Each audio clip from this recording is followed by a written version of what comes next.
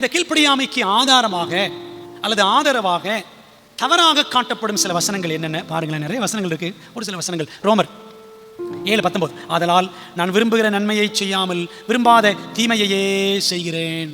நான் தீமை தாங்க செய்கிறேன், என்னால் கட்டளை எல்லாம் கடைபிடிக்க முடியாது. ரெண்டாவது என்ன வசனம் காட்டுறாங்க? ரோமர் 6:14, ரொம்ப அடிக்கடி காட்டக்கூடிய பிரபலமான வசனம். நீங்கள் நியாயப்பிரமாணத்துக்கு கீழ்ப்பட்டிராமல் கிருபைக்கு கீழ்ப்பட்டிருக்கிறபடியால் பாவம் உங்களை மேற்கொள்ள மாட்டாது. நம்ம கிருபையின் காலத்தில் இருக்கிறாங்க. அப்போ 10 கட்டளை கொடுக்கும்பொழுது கிருபை இல்லையா? நோவா காலத்தில் கிருபை இல்லையா? நோவாவுக்கு கர்த்தருடைய கண்களில் கிருபை கிடைத்தது.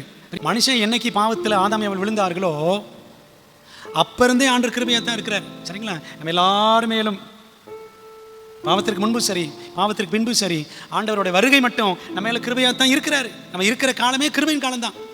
சரிங்களா? இயேசு கிறிஸ்துக்கு அப்புறம் புதிய ஏற்பாட்டுக்கு பிற்பாடு நம்ம கிருபையின் காலத்தில் இருக்கிறோம் அப்படின்னா அது தப்பு. இப்படி சொல்லிடுறாங்க. கிருபைக்கு நம்ம கீழ்பட்டிருக்கிறோம், நம்ம நியாயப்பிரமாணம் அவசியம் இல்லை.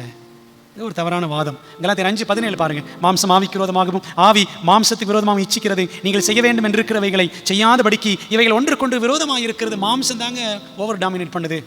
மாம்சம் தான் எனக்குள்ளாக ஆதிக்கம் செலுத்துகிறது. எப்படி கற்பனையில் கடைபிடிக்க முடியும் என்று இந்த வசனங்கள் எல்லாம் காட்டுகிறார்கள்.